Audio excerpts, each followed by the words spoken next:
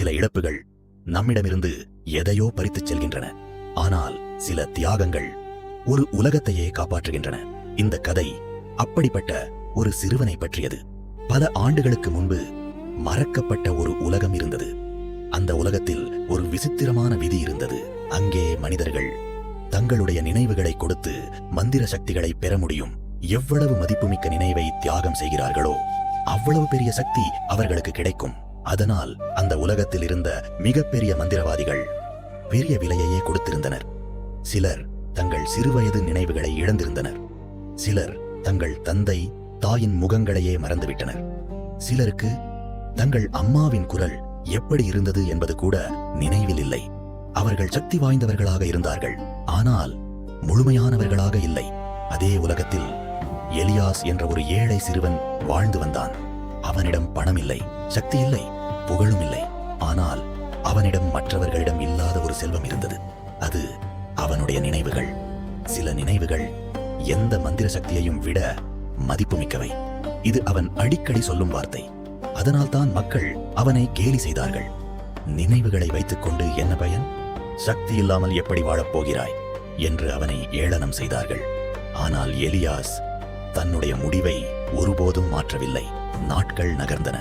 ஒரு நாள் அந்த உலகின் அமைதி சிதறியது. இருளில் இருந்து பிறந்த பயங்கர உயிரினங்கள் ராஜ்யத்தை தாக்க ஆரம்பித்தன. அவை சாதாரண உயிரினங்கள் அல்ல, நிழல்களால் உருவான கொடிய உருவங்கள்.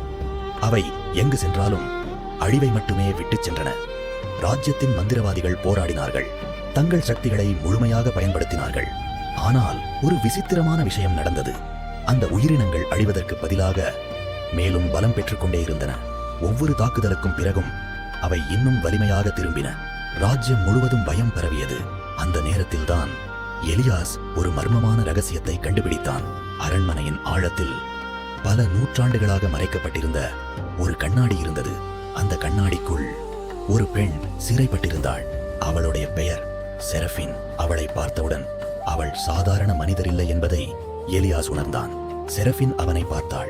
பிறகு மெதுவாக சொன்னாள், நீங்கள்தான் இந்த உலகத்தின் கடைசி நம்பிக்கை. எலியாஸ் அதிர்ச்சியடைந்தான். நானா? என்னிடம் எந்த சக்தியும் இல்லையே. செரபின் சோகமாக புன்னகைத்தாள். அதனால்தான். பிறகு அவள் உலகம் மறைத்து வைத்திருந்த பயங்கரமான உண்மையை சொன்னாள்.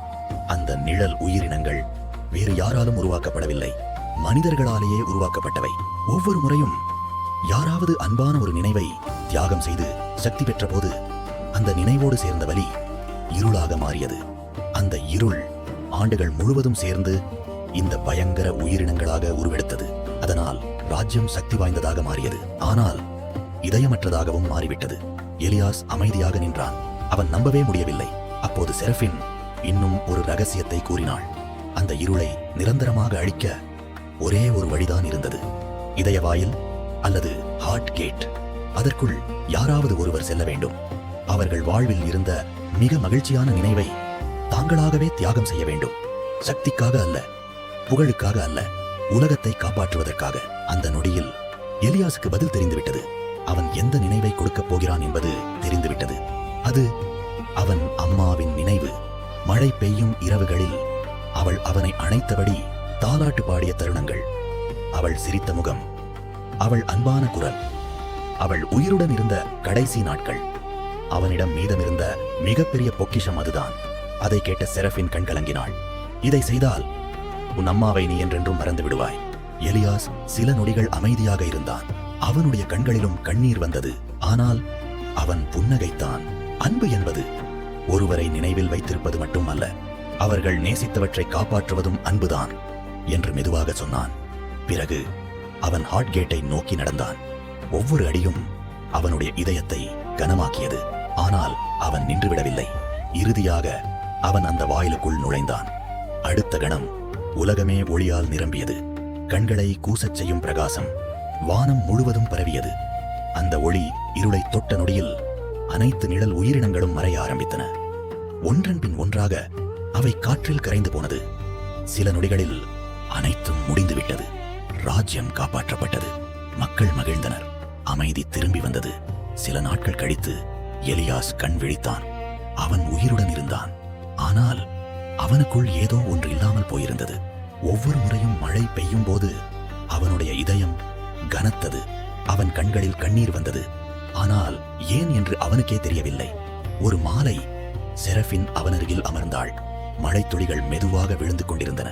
அவள் கேட்டாள், மழை பெய்யும் போது ஏன் உனக்கு சோகம் வருகிறது என்று தெரியுமா? எலியாஸ் வானத்தை பார்த்தான். சில நொடிகள் அமைதியாக இருந்தான். பிறகு மெதுவாக புன்னகைத்தான். இல்லை, ஆனால் யாரோ ஒருவர் என்னை உயிருக்கு உயிராக நேசித்தது போல ஒரு உணர்வு வருகிறது. செரபினின் கண்கள் கலங்கின. அதே நேரத்தில் எங்கோ தொலைவில், வாழ்க்கைக்கு அப்பால் இருக்கும் ஒரு உலகத்தில் ஒரு தாய் புன்னகைத்துக் கொண்டிருந்தாள். ஏனென்றால் நினைவுகள் மறைந்து போகலாம், காலம் எல்லாவற்றையும் மாற்றிவிடலாம். ஆனால் உண்மையான அன்பு மட்டும் ஒருபோதும் அழிந்து போவதில்லை. அது நினைவுகளில் வாழாது, இதயங்களில் வாழும் என்றென்றும்.